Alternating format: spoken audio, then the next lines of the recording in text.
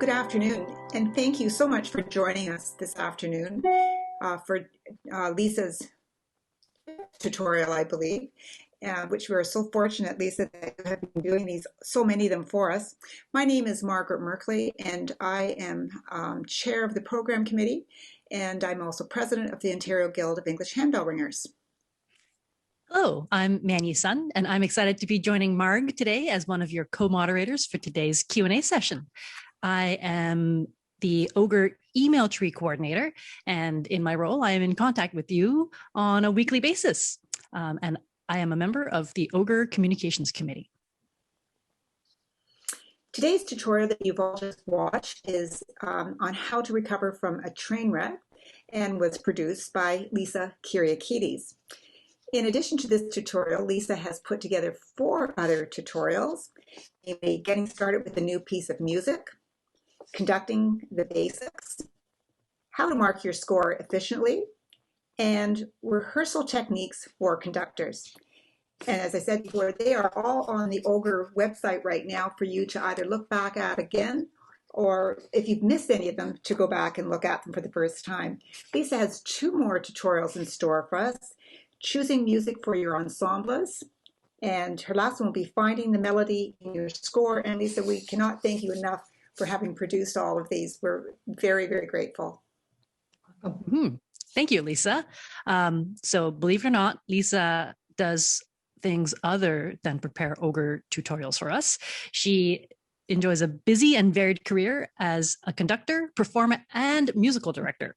She directs 2 3-octave choirs at Aurora United Church, as well as performs in the church's quintet, EmBellished.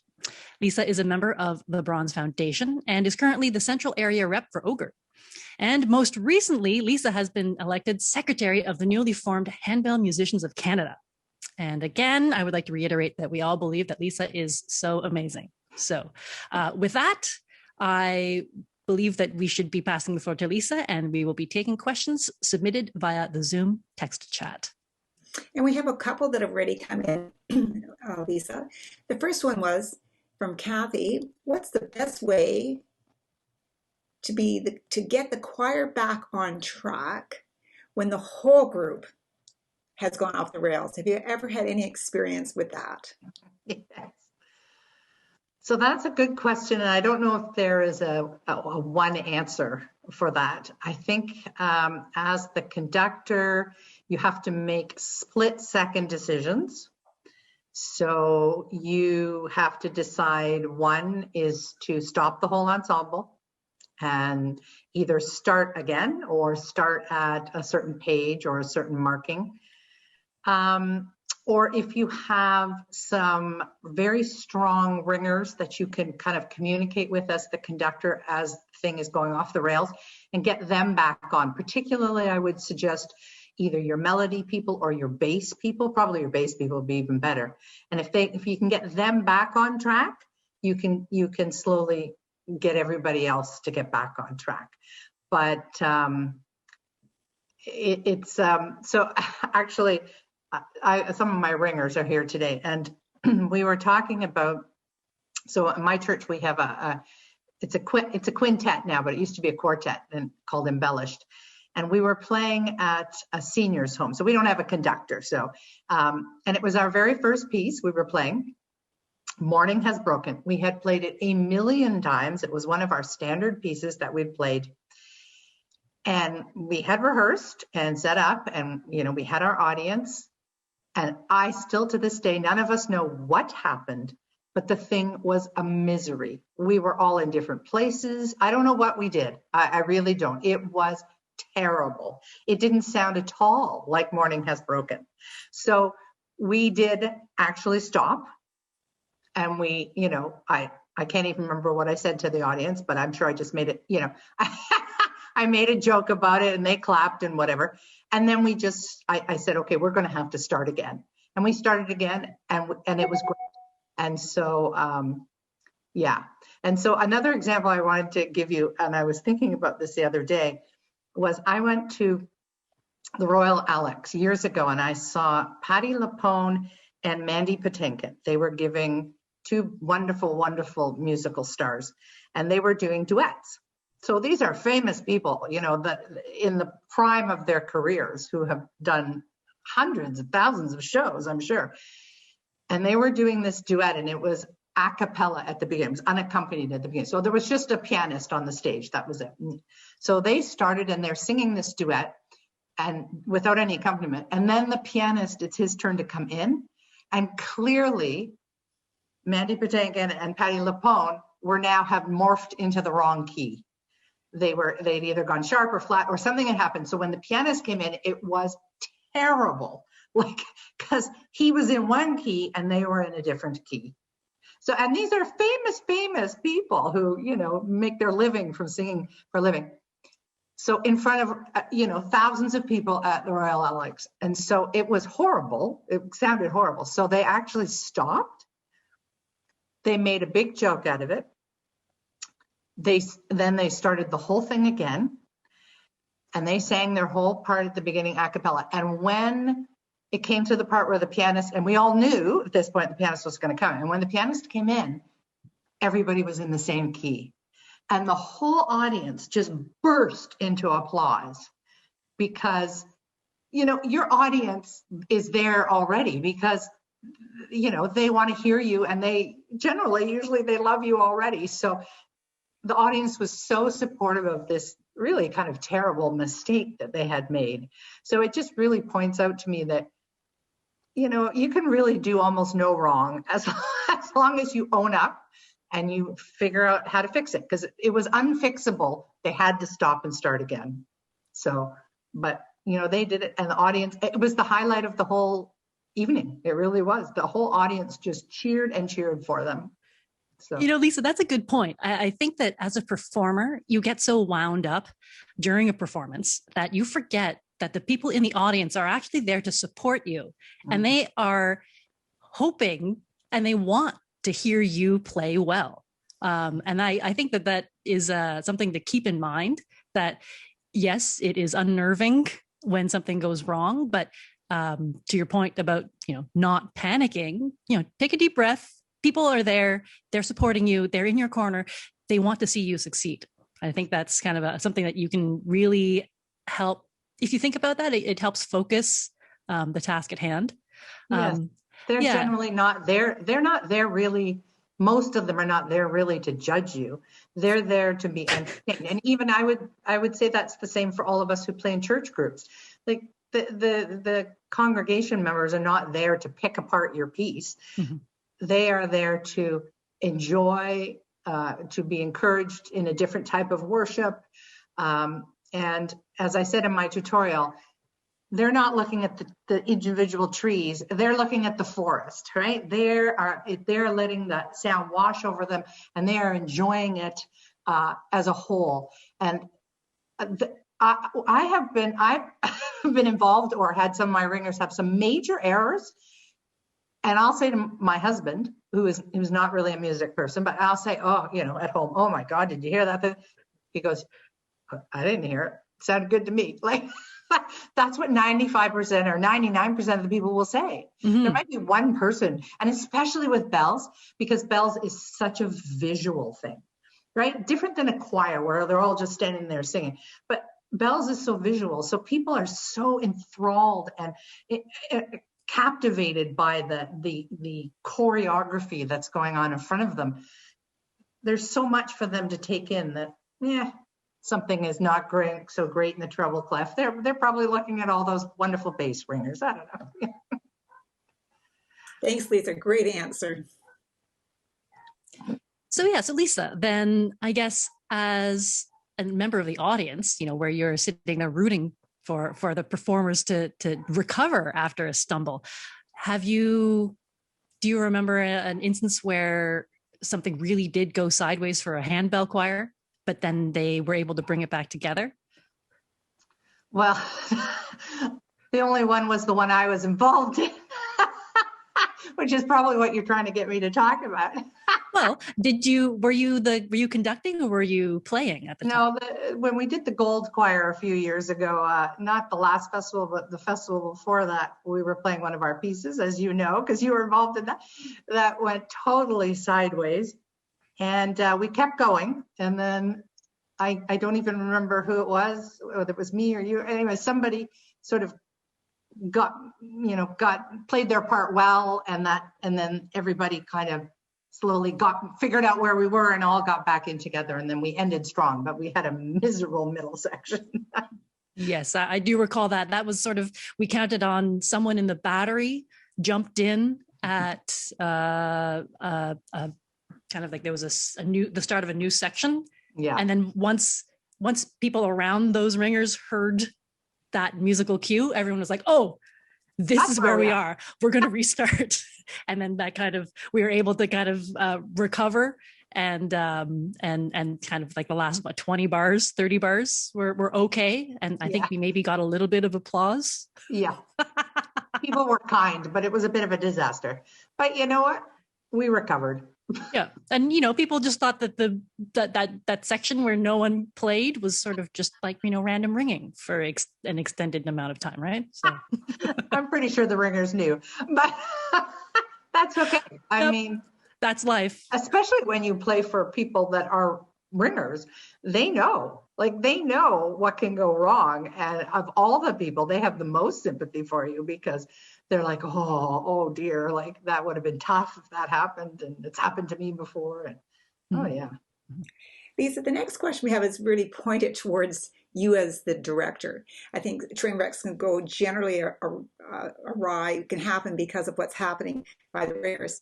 So the next question from Maggie is, if you as a conductor start things off wrong by conducting in the wrong key signature, or the time signature rather, has that ever happened to you that you start off in a different time signature than you meant to? It actually did happen to me when I was much younger. I was in, not for bells, but I was in the Ontario Youth Choir.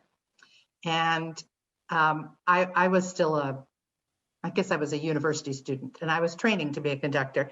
And the assistant conductor knew that. So he just put me on the spot, and he just said, in the middle of rehearsal, okay, Lisa, come on up and conduct this piece. Like I'd never conducted it before, I had very little experience. And I think the piece was in 3 and I started conducting in 4.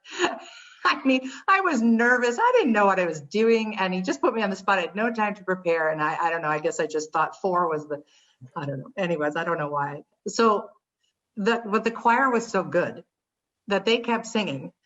And one of the members in the front row said, it's in 3.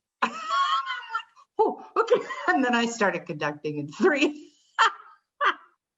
But I have to say, since that moment, which was very embarrassing, has never happened to me. But I do, especially in a time when I'm doing one piece and then followed by another piece, and then like in a concert, not when I'm just doing one piece, but 2 or 3 or 4 or 5, 6 pieces. I really look to make sure every single time. I take a few breaths between pieces and a few moments to just center myself and look at the time signature and make sure I'm going to do the right one. Right. I think that, Lisa, that's part of sort of the preparation that you're doing in advance of a performance. You are looking at your notes, making sure that you've got all the equipment you need, especially as a handbell ringer. And I think that actually dovetails nicely into one of your previous tutorials about how to mark your score efficiently, in fact. And I guess as if we can bring it back to just your experience as a handbell ringer, I mean, lots of our members, I'm sure, have been involved in performances that have gone sideways. Do you have any other memorable situations? I mean, we talked about the one where the choir basically stopped ringing, that you and I were both involved in, and that, some hero in the battery came in with authority and everyone just decided that this is where we were, and the choir just started playing again, and that was the recovery. Have you had other situations that that come to mind where something's gone sideways and you've recovered in a different way? Actually, to be honest with you, not really. Smaller things. Manny will know that, and I referred to this in my tutorial, that she was beside me in a piece that we were doing, and I had I had 4-in-hand bells, and I was supposed to pass some of them to her at one point, because as usual, we were probably doing a piece that required more ringers. And so we were switching bells all over the place because we didn't have enough ringers, and we were trying to do all that. And in the performance, instead of passing them, I just held on to them. Yes, until I realized that Manny was standing there with nothing to do. Yes. Yes. So passed them to her. But just like I said in the tutorial, Manny stayed calm, and she didn't make any faces, and no one was the wiser that I was the hog and had her bells that should have been passed over to her. Yes. So I guess one of my early piano teachers always told me that when you're performing, you are not only playing the piece of music, but you're also an actor. So you need to convey the music as well as the entire kind of performance and atmosphere to your audience. So if you do make a mistake, it's critical that you don't make a face, because when you do pull faces, that takes the audience out of it. And they then realize that, hey, something is going on. And then that draws their attention, and it takes them out of the moment. So yes, in that particular instance where Lisa had the bells I needed in her hands, I sort of stood there smiling, not playing, and just waiting for Lisa to realize that I needed the bells that she had. But there is the opposite problem that occurred in the same piece, I'm pretty sure, but a different performance of it, where I was supposed to pass bells to Lisa, and we were both playing 4-in-hand. And when I took apart my clusters, I gave Lisa inadvertently the wrong bell. So Lisa had picked it up with gusto and was already ringing it. And I was looking on in horror because Lisa is ringing this bell, and it is clearly sounding really bad and clashing against the rest of the piece, and she can't figure out what's going on because she hasn't realized that I have given her the completely wrong bell. And again, I just stood there horrified on the inside, but on the outside, smiling, looking calm, waiting for Lisa to realize that the horrible sound she hears is unfortunately due to the incorrect bell in her hand that I gave her. So again, make sure you practice your poker face. That is kind of one of the critical things that I learned through my music lessons. And it is one thing that will get you very, very far. And if you do it right, your conductor won't even realize that it was your fault. Lisa, we have another great question, and you may have answered. It will come out whether or not you've answered or not. But Rob is asking, and you've given us lots of suggestions of how things can go awry, and different examples between your experiences and Manny, your experiences too. But do you have any idea what is the most common reason why train wrecks happen? Why do you have I would think a major one would be page turns, like turning 2 pages at once, turning more than. I think the other thing is, I haven't really given this a lot of thought what the most ones, but I think another one is distractions. Like people get distracted by things happening around them. So the person beside them does something that's different, or they get a little bit lost in the score. But page turns are a big one. Turning more than one page is a big deal, but also getting lost on the page turn itself, even if you turn the right page, but just finagling through that page turn can really throw people off and get them off track. I have something to offer too, Lisa, kind of on the distraction angle. When you're performing as a choir, especially in handbells, when your rehearsal space is different from your performance space, I think that really plays into the, not distraction, but it's a different feeling, because sometimes not only your rehearsal space is often closed, it's a lot smaller, you can hear better because just the room is smaller. When you get into your performance space, the space is more open, the sound bounces off the walls differently, and sometimes even your physical layout is different. Your choir they are, instead of in a couple of tight rows, they're now in rows further away, or sometimes they're arranged in like a large U shape where your bass bells are now really quite far from the treble table. And now sonically things are different. And so if you're counting on auditory cues to synchronize against, sometimes that can be very disorienting when you're in a new space. I find that is actually the hardest thing for myself anyways, especially when you've got a weird setup, like the bass bells are at their own separate table far away from the rest of the other bells. I find that's actually the hardest thing to deal with, because it really messes with your ability to hear the piece as a whole and adjust to it. Yeah, it's very true. I mean, my ringers, pardon me, we practice in a room that's so small that if somebody needs to leave the room or come in the room, somebody else has to move in order to open the door. Like, we only have enough room for our tables and the 11 of us, well, the 12 if you include me, and that's it.